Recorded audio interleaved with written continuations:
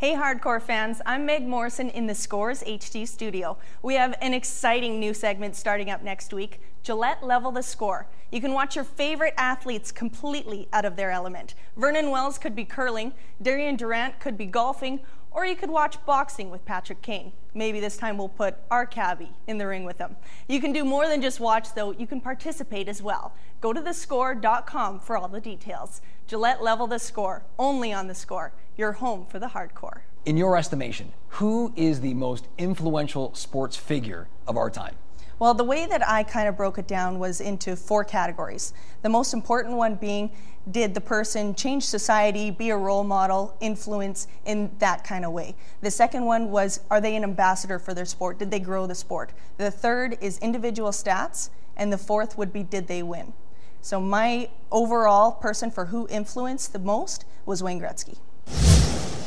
One of the few highlights of the Oilers' 2009-2010 season came against Todd Bertuzzi. Jeff Delorier comes up with a save. Oilers defense, and not defending at all. Hey, I'm Meg Morrison. I'm Jean-Francois. And we're hitting the streets to talk about the business of sports. That's right. The most difficult part was wrangling somebody. Excuse me, sir. Sir. Hi, do you follow sports at all? I'm running around and I'm looking for somebody to talk to, and I'm shocked that everybody that I asked, are you interested in sports? No. I'm like, you're in Canada. Come on, show me something. So finally I grabbed somebody who was willing to do it. And Chris Bosch, he just went down to the Miami Heat. What do you think that's going to do for the city of Toronto? His English, not so strong. He gonna give the power of the maple syrup to the USA Eagles or something like this. The attitude adjustment, how'd you come up with it? Strength has always been one of my showcases, and I can, in Steve Austin's words, I'll use his quote. I can do that to anyone. I can do it to actually. I've had up to 2 or 3 guys on my back at once. It's a devastating move that I can perform on anyone at any given time, and it actually works. There are such creative names when it comes to finishing moves. You have the attitude adjustment. You have the STF.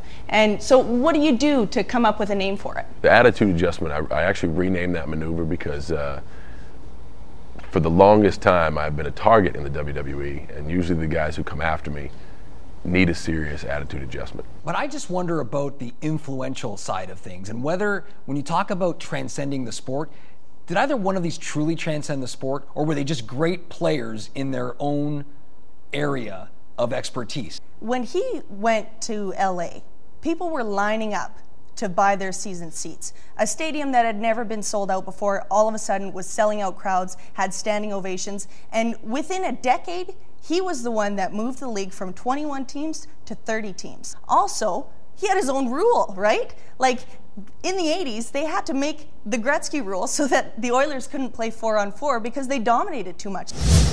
We go over to some Canucks action. Christian Ehrhoff to Henrik to Daniel. Kipper doesn't stand a chance. The alien twins at their finest. Meg, who do you think's better looking, Daniel and Henrik or Venus and Serena? I would say Ty goes to the siblings with the broadest shoulders.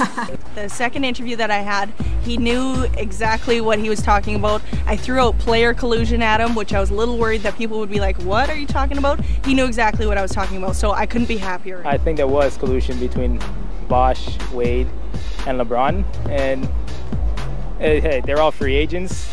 It's in their rights, so power to them. What I would really like to see on Plays of the Week is some more Gillette Drafted 2 highlights. Go to drafted.ca. When you're there, you can see some of the behind-the-scenes shots. You can also check out some of the contestant bios. But if you want to learn more about the real talent on The Score, go to thescore.com. We've already learned everything we could possibly want to know about Sid, and now you can too. While you're there, make sure you check out all the top stories of the day. The Score is home for the hardcore. That's your Plays of the Week. Those are your PO dubs.